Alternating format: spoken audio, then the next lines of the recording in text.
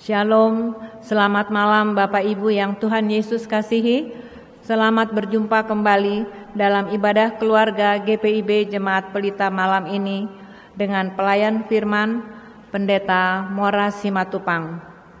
Bapak Ibu terkasih, kita akan mulai ibadah kita. Mari kita bersaat teduh.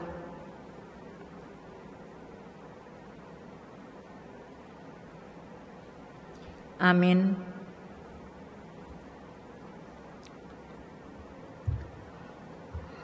Umat yang dikasihi dan mengasihi Tuhan Yesus, mari berdiri untuk menghadap Tuhan dan menyembah-Nya, serta memuliakan nama-Nya, karena kasih setia-Nya besar atas kita.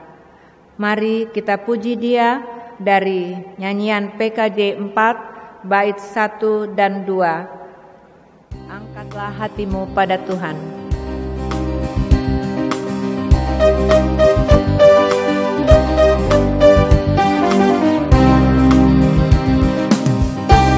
Hatimu pada Tuhan, bunyikan kecapi dan menari.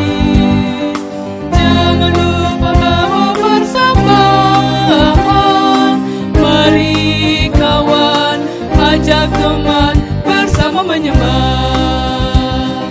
Sorak-sorak haleluya. Mari nyanyilah. Pujilah Tuhan yang Maha Kudus. Mari kawan, ajak teman, bernyanyilah terus.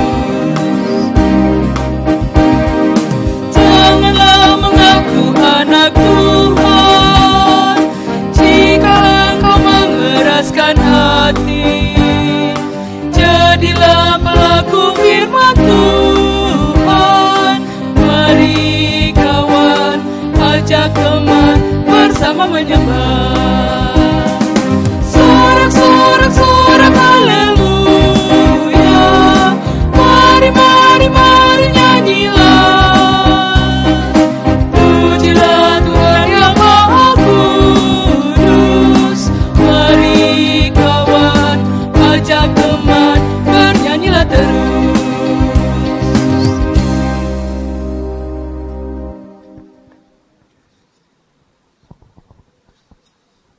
Tuhan yang kekasih, dengan rendah hati, marilah kita berdoa.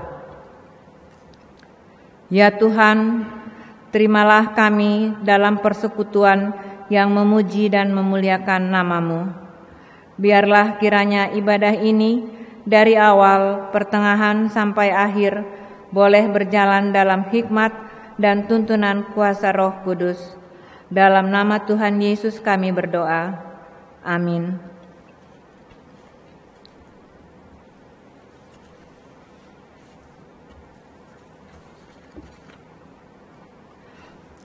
Umat Tuhan, marilah kita ungkapkan mazmur pujian berdasarkan Mazmur 55 ayat 17 sampai dengan 24. Mazmur 55 ayat 17 sampai dengan 24. Tetapi aku berseru kepada Allah, dan Tuhan akan menyelamatkan aku. Di waktu petang, pagi, dan tengah hari, aku cemas dan menangis, dan Ia mendengar suaraku. Ia membebaskan aku dengan aman dari serangan terhadap aku, sebab berduyun-duyun mereka melawan aku. Allah akan mendengar dan merendahkan mereka, Dia yang bersemayam sejak purbakala. Karena mereka tidak berubah dan mereka tidak takut akan Allah. Orang itu mengacungkan tangannya kepada mereka yang hidup damai dengan Dia. Janjinya dilanggarnya. Mulutnya lebih licin dari mentega, tetapi ia berniat menyerang. Perkataannya lebih lembut dari minyak, tetapi semuanya adalah pedang terhunus. Serahkanlah kuatirmu kepada Tuhan, maka Ia akan memelihara engkau. Tidak untuk selama-lamanya dibiarkannya orang benar itu goyah. Tetapi Engkau, ya Allah, akan menjerumuskan mereka ke lubang sumur yang dalam. Orang penumpah darah dan penipu tidak akan mencapai setengah umurnya, tetapi aku ini percaya kepadamu. Jemaat dipersilahkan duduk.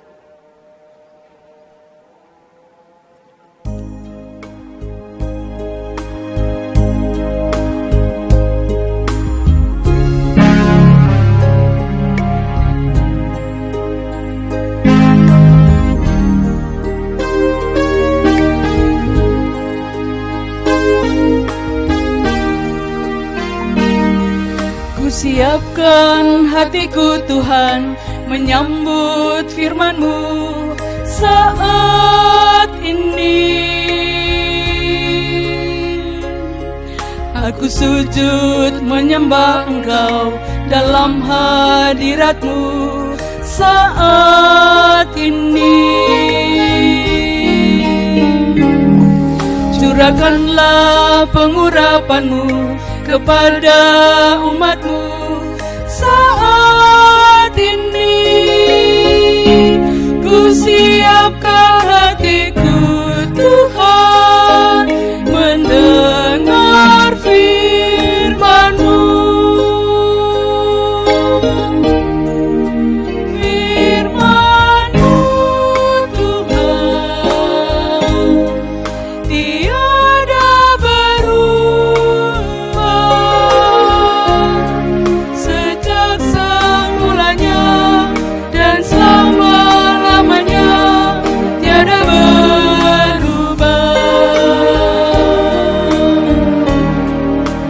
Firman-Mu Tuhan menolong hidupku. Ku siapkan hatiku Tuhan menyambut firman-Mu.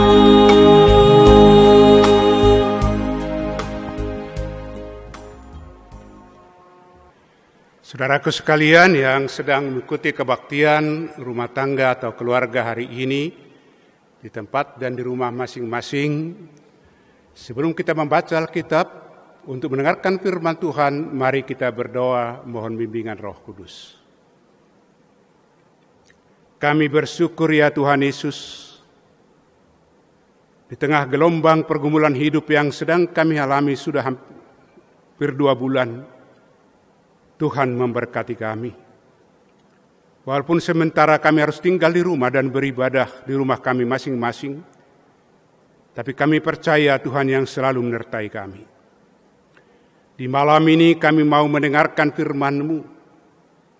Tolonglah kami dengan Roh-Mu yang kudus, sehingga kami dicerahkan oleh firman-Mu, dan kami juga dikuatkan serta mendapatkan pedoman hidup yang baru, mengikuti Yesus Kristus dalam perjalanan hidup kami selanjutnya. Berfirmanlah ya Tuhan, karena kami telah siap untuk mendengarkannya. Di dalam nama Tuhan Yesus, kami berdoa. Amin.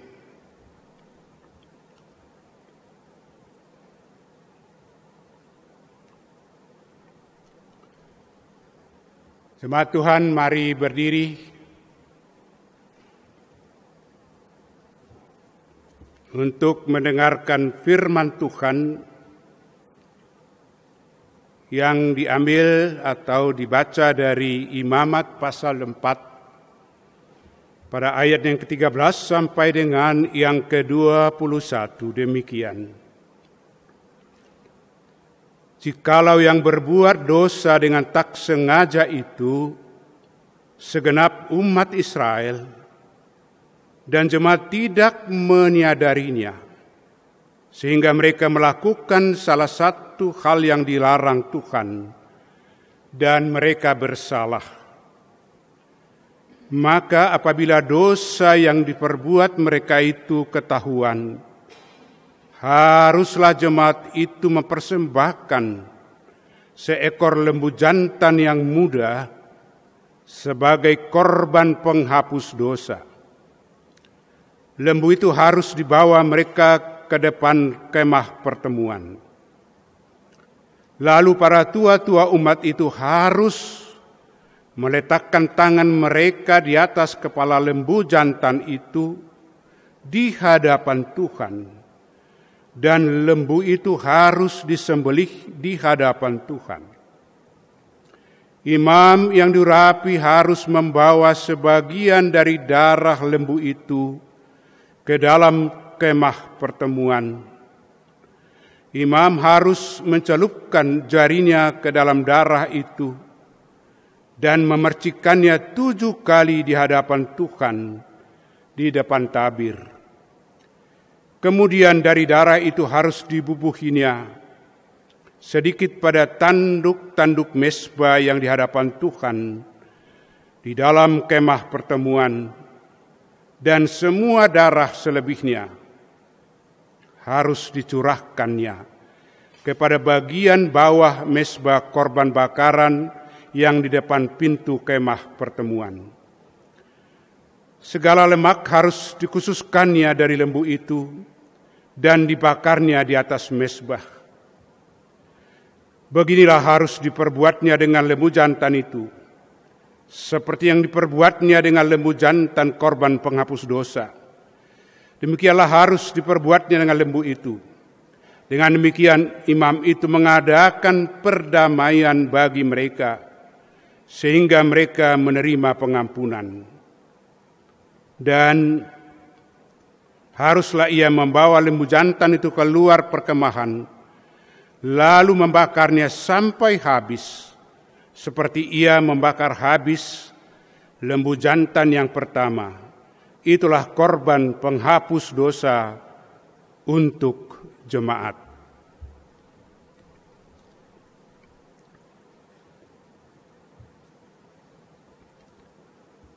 Demikianlah firman Tuhan, terpujilah Kristus, haleluya.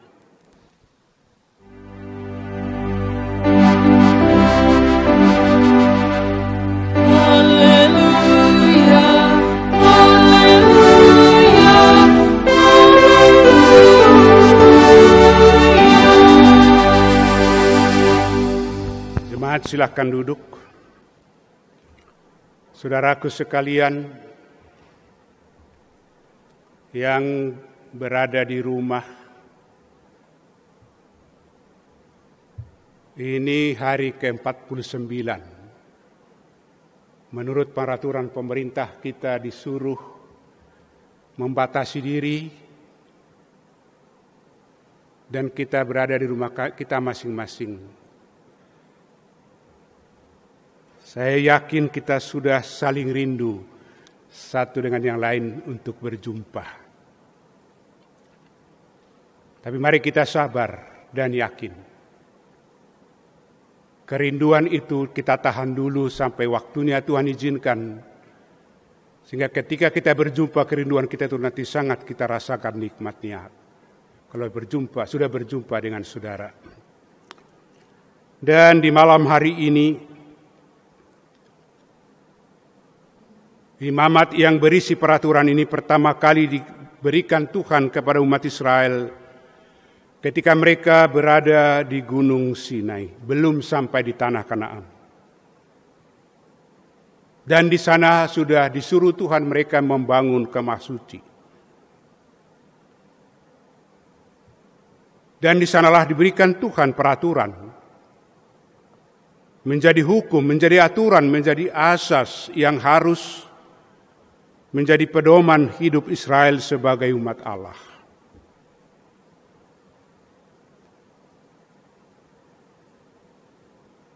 Allah mereka adalah Allah yang kudus. Oleh karena itu Tuhan meminta supaya mereka harus menjadi umat yang kudus. Maka mereka membutuhkan tuntunan, hukum, aturan atau asas di dalam memelihara kekudusan mereka sebagai umat yang dikasihi Tuhan. Intinya adalah imamat ini diberikan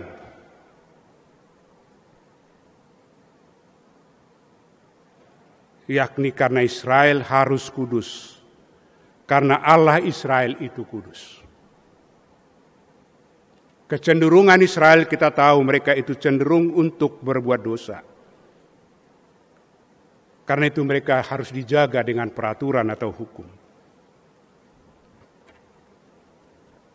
Prosesi korban penghapus dosa yang harus diberikan umat itu ditetapkan Tuhan harus dilakukan setiap mereka bersalah atau berdosa, bukan satu kali. Kalau bersalah, harus membawa korban. Baik itu kesalahan secara sengaja atau dosa secara sengaja, maupun dosa tidak sengaja. Karena Allah itu kudus. Maka bagi Allah tidak ada dosa yang mudah atau dianggap enteng. Maka di perikop kita ini disebut dengan judul korban penghapus dosa.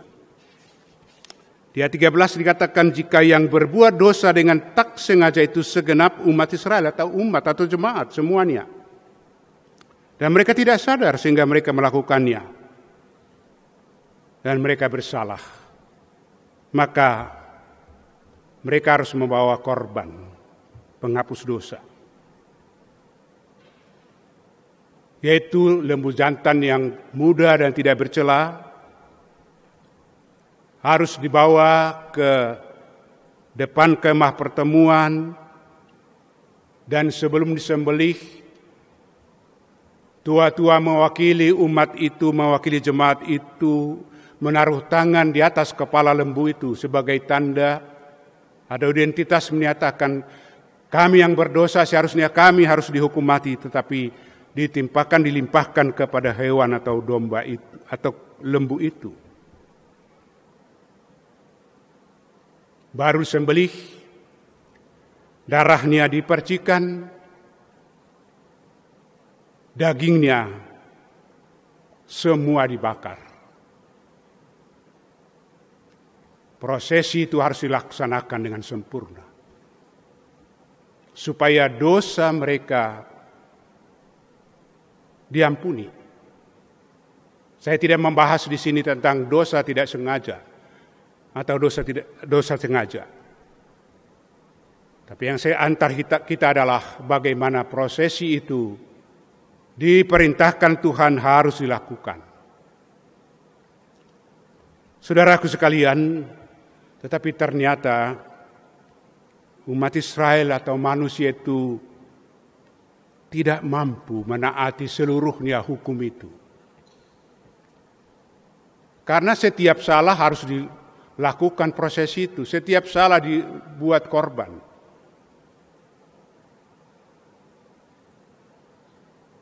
Akibatnya dosa makin bertambah.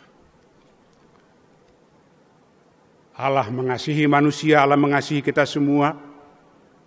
Dan Ia mengutus anaknya yang tunggal, menggantikan semua itu. Dia utus anaknya yang tunggal untuk menebus kita manusia dari dosa. Alkitab menyaksikan dan itu kita yakini Bu Bapa. Kematian Yesus Kristus, pengorbanan Yesus Kristus itu adalah sangat menyedihkan, sangat berat. Tapi Ia lakukan itu dengan rela hati. Menanggung dosa manusia. Ia rela sampai mati. Ia rela tubuhnya disiksa. Yesus rela darahnya dicurahkan. Yesus rela memberikan nyawanya mengganti kita manusia berdosa. Dan dengan pengorbanan Yesus Kristus menjadi korban penghapus dosa bagi kita itu, maka orang yang percaya kepadanya mendapat pengampunan. Orang yang percaya pada Yesus Kristus diperbaharui menjadi manusia baru. Di dalam 2 Korintus pasal 5 ayat 17 dikatakan,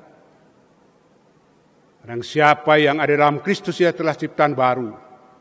Yang lama telah berlalu dan yang baru menjadi datang. Dosa dihapuskan. Hidup baru diberikan oleh Yesus, bukan sebagai imbalan pengorbanan kita manusia. Saudaraku, dari rangkaian yang sudah saya jelaskan tadi dan uraikan, pesan yang ingin saya ajak untuk kita hayati dan kita pegang dan menjadi pedoman hidup bagi kita, saudaraku, yakni kita harus selalu sadari dan yakini Yesus sudah mengampuni dosa kita. Dan Dia ada dan Ia menyertai kita. Sebab itu, bukalah hati kepada Yesus. Izinkanlah Dia berada di hatimu. Dan izinkan Dia mengendalikan dan juga menuntun pikiranmu. Kita telah menjadi milik Yesus Kristus, bukan karena korban yang kita buat dan berikan, tapi karena korban Yesus Kristus. Oleh karena itu, sekali lagi ingatlah Ibu dan Bapak, kita sudah menjadi milik Yesus. Anda sudah menjadi milik Yesus. Dan Yesus ada di dalam hati dan pikiran kita.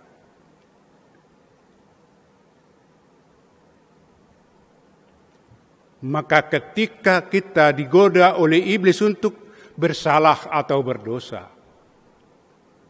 jangan bimbang, jangan takut, jangan ragu. Datanglah kepada Yesus. Maka dikatakan 1 Yohanes 1 ayat 89, jika kita mengaku dosa dengan sungguh-sungguh, maka Ia setia dan adil. Ia akan mengampuni segala dosa kita dan mensucikan kita dari segala yang jahat. Itu yang pertama, ingatlah kita milik Yesus. Anda milik Yesus. Dan sekaligus yang kedua adalah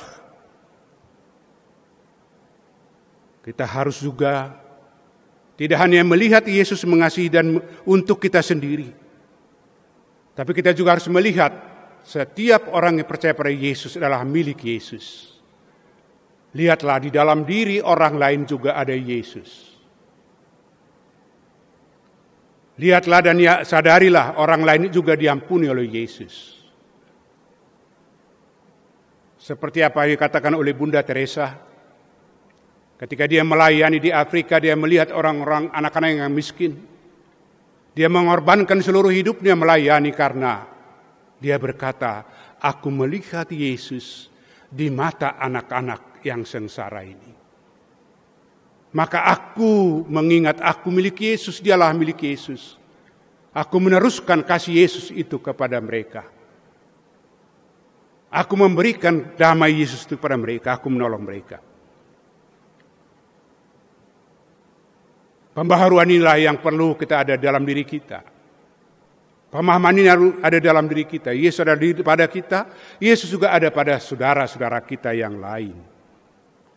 Karena jika ada itu di dalam pikiran kita, maka tidak perlu Ibu dan Bapak kita pusing. Kalau ada salah kita mau lari ke gereja, mau kemana, mau minta pengampunan. Dengan kita menyadari di dalam diri orang lain juga ada Yesus.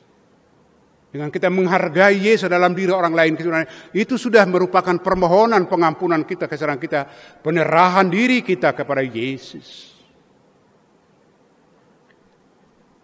Sehingga kalau kita menyadari ada Yesus dalam diri kita, ada Yesus juga dalam diri orang lain, itu akan membuat kita menjadi tidak lagi mudah iri hati. Tidak sombong. Tidak meremehkan orang lain. Tidak menilai orang lain dengan perhitungan kita.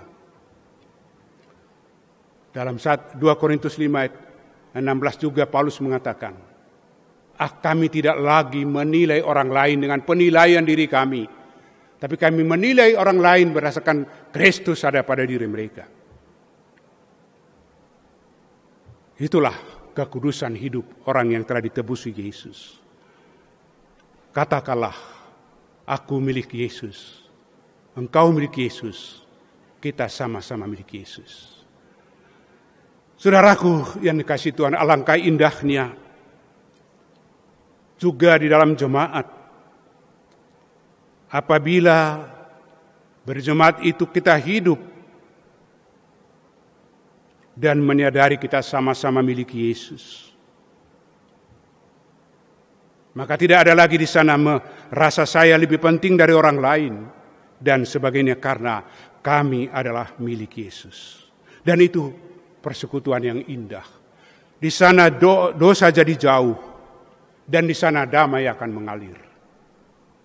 Oleh karena itu Ibu Bapa, mengakhiri arahan saya ini, saya mau mengajak Ibu Bapa yang duduk di rumah bersama suami, bersama istri, bersama anak, bersama saudara, bersama orang tua. Cobalah dan belajarlah sekali-sekali menutup mata dan merenungkan, mengingat istri, suami, anak, orang tua yang ada dalam rumah, kita adalah sama-sama milik Yesus.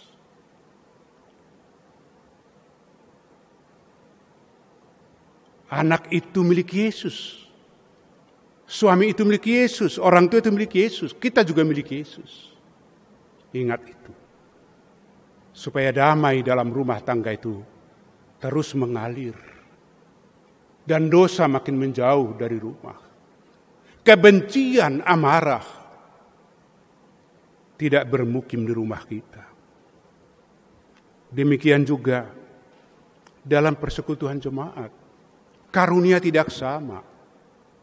Kemampuan tidak sama, tapi kita sama-sama milik Yesus. Hargai karunia orang lain. Ingat orang lain juga dipakai oleh Tuhan. Dan kita dipakai oleh Tuhan, sama-sama melayani. Kita sama-sama milik Yesus.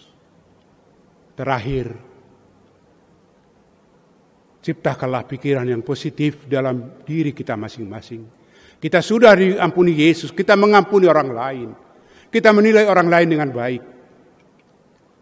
Di mana ketika virus corona berkembang dan ada yang meninggal, yang tercipta di pikiran masyarakat Indonesia adalah penyakit yang aib. Itu orang paling banyak berdosa. Ketika saya pernah dengar itu, saya sedih. Apakah teman-temanku pendeta yang pernah melayani itu meninggal itu karena dosa? Memang dia paling berdosa daripada yang berdosa lain. Mari kita buang. Mari kita jangan menghakimi. Mungkin mereka meninggal karena diizinkan Tuhan dengan cara itu. Kita ingatlah, mereka diizinkan Tuhan meninggal dengan cara itu. Sehingga dengan demikian dosa kita diampuni oleh Tuhan. Selamat malam saudaraku. Tuhan memberkati keluargamu dan kita semua. Amin.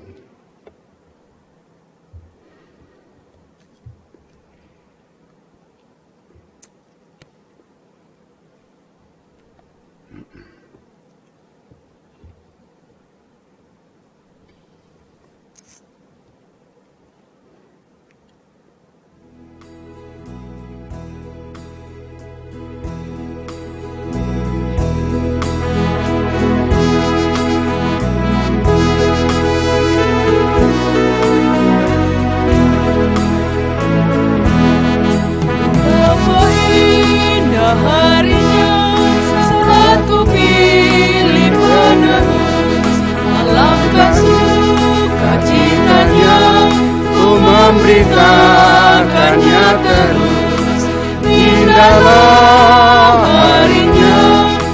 Yesus membasuh dosaku.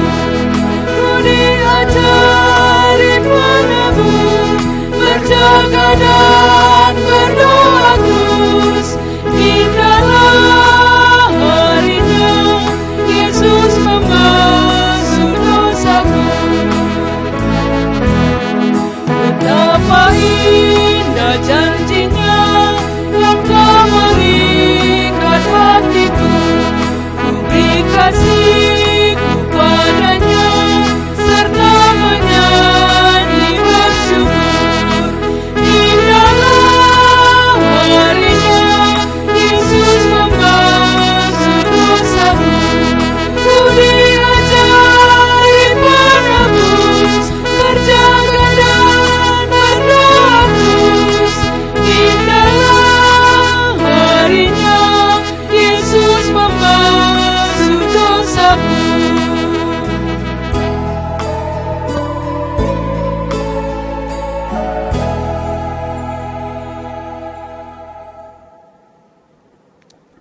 Dengan rendah hati, marilah kita menaikkan doa syafaat.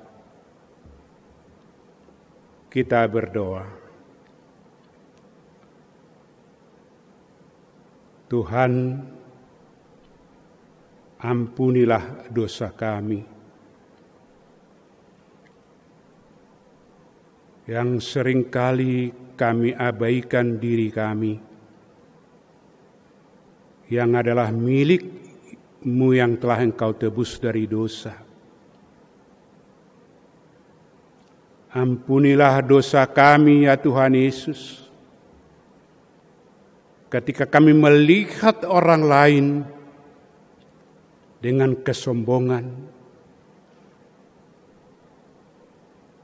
dengan mata yang mengejek dan meremehkan dan lain sebagainya. Dan juga ketika kami menilai orang lain dengan penilaian manusiawi kami yang berdosa.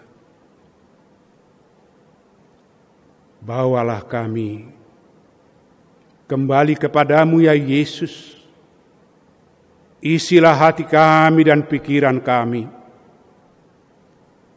supaya kami selalu mengingat dan melihat kami milik Yesus.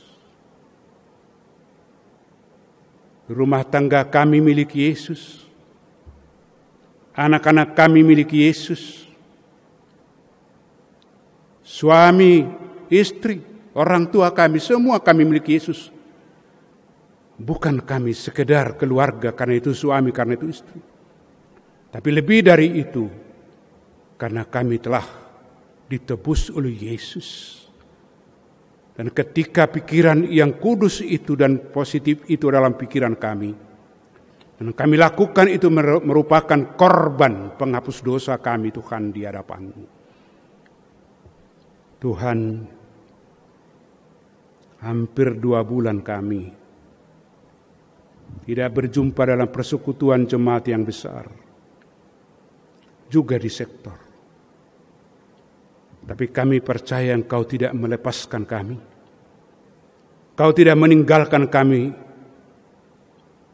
Ada waktunya akan tiba. Persekutuan yang indah akan kami nikmati.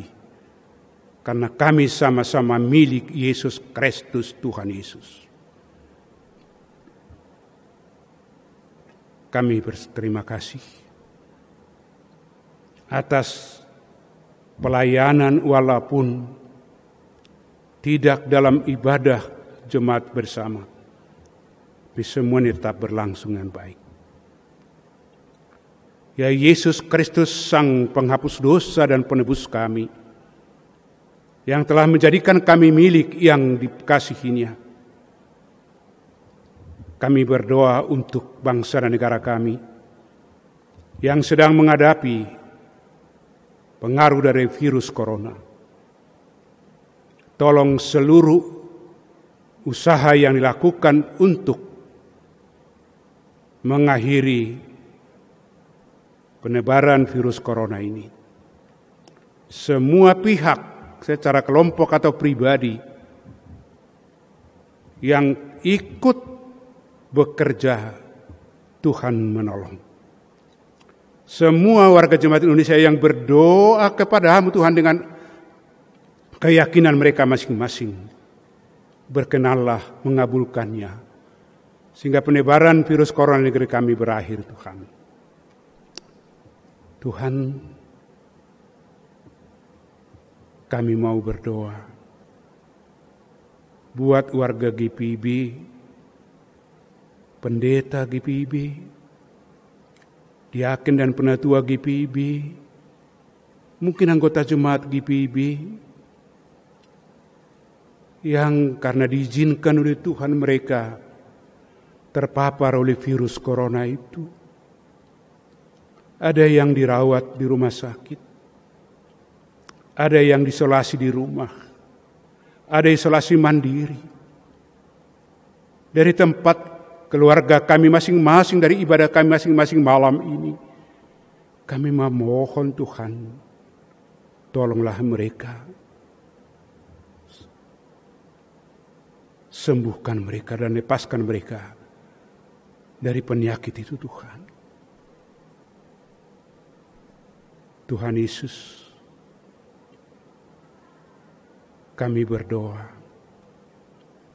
untuk banyak orang di Indonesia sekarang ini, termasuk di Jemaat Pelita, telah mengalami kesulitan ekonomi karena pengaruh virus corona, membuat kami tidak dapat bekerja dengan lancar dan tidak bisa keluar dari rumah dan tak dapat mengerjakan pekerjaan, sehingga tidak mendapatkan uang tiap hari yang merupakan kebutuhan kami.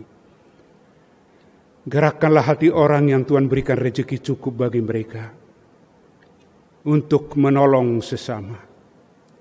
Sebagai korban persembahan mereka juga kepada-Mu, ya Yesus, sambutlah. Bagi mereka yang menerima, biarlah syukur mereka dan doa mereka juga kepada orang yang rela memberi. Dan biarlah setiap orang menerima dengan tulus hati, tanpa bersungut. Terima kasih Tuhan untuk semua tim dan petugas yang telah melaksanakan rekaman untuk ibadah rumah tangga. Pada hari ini kami doakan, tolong dan berkati mereka semua. Terima kasih. Inilah Tuhan rangkaian doa kami yang kami bawa kepada-Mu melalui Kristus, Tuhan yang telah mengajar kami berdoa. Bapa kami yang di sorga, dikuduskanlah nama-Mu, datanglah kerajaan-Mu, jadilah kehendak-Mu di bumi seperti di sorga.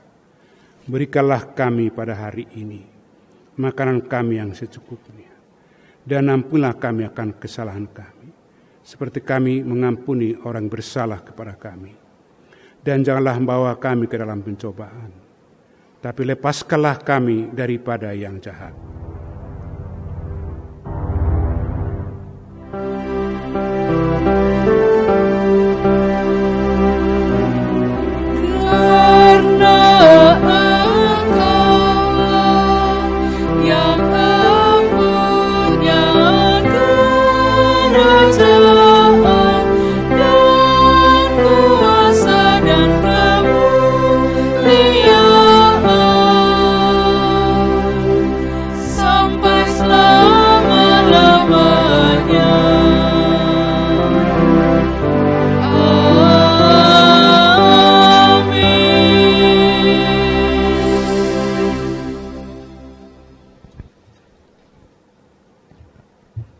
Umat Tuhan, tibalah saatnya bagi kita untuk memberikan persembahan. Firman Tuhan menyatakan dalam 1 Tawarikh 29 ayat ke-17a yang menyatakan, Aku tahu ya Allahku bahwa Engkau adalah penguji hati dan berkenan kepada keikhlasan. Maka aku pun mempersembahkan semuanya itu dengan sukarela dan tulus ikhlas. Sambil memberi persembahan, kita menyanyikan lagu yang terambil dari nyanyian Kidung Jemaat 393 bait 1 sampai dengan 3. Tuhan betapa banyaknya.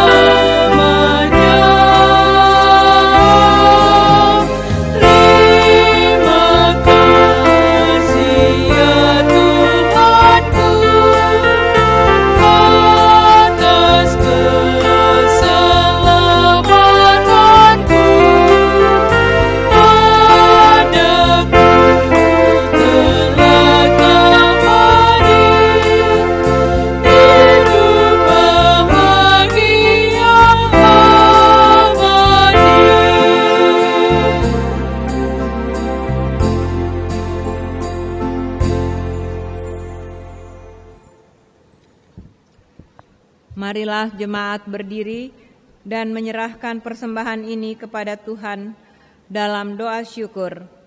Kita berdoa. Ya Tuhan, terimalah persembahan syukur dari umat yang telah Engkau selamatkan ini. Jadikanlah persembahan ini suatu berkat bagi pelayanan kasih dan keadilan. Dalam nama Tuhan Yesus, sumber hidup dan berkat, kami berdoa. Amin. Jemaat dipersilahkan duduk.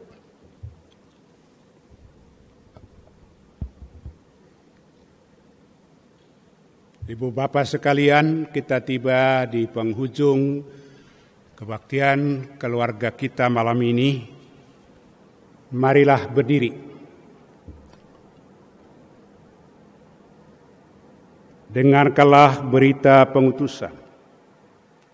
Pergilah dalam damai sejahtera, lakukanlah firman Tuhan yang telah kamu dengar, baik di segala waktu dan tempat.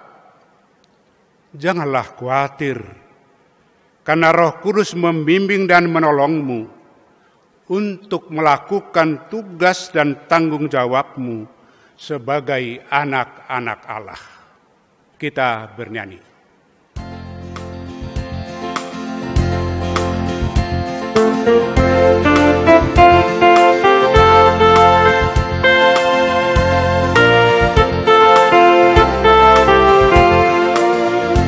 Perubahan besar di kehidupanku sejak Yesus di hatiku.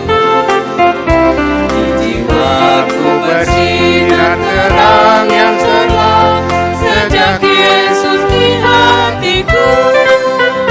Sejak Yesus di hatiku. Sejak Yesus di hatiku. Jiwaku berkembar bagai ombak besar.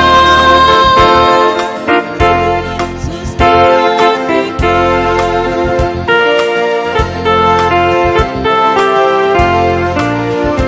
Aku tobat kembali ke jalan benar sejak Yesus di hatiku. Dan dosaku dihapus, jiwaku segar sejak Yesus di hatiku.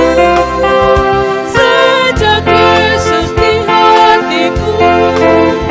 Sejak Yesus di hatiku. Jiwaku berkembar bagai ombak besar sejak Yesus di hatiku.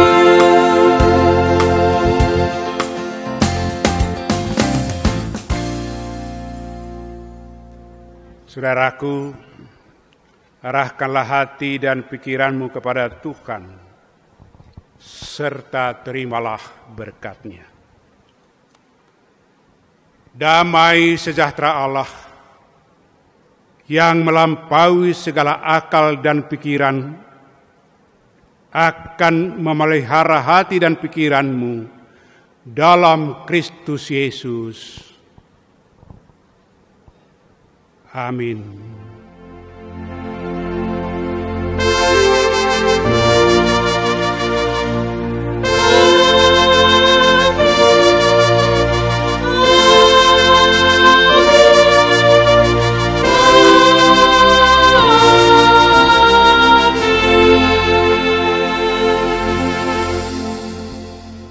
Kita masuki saat teduh.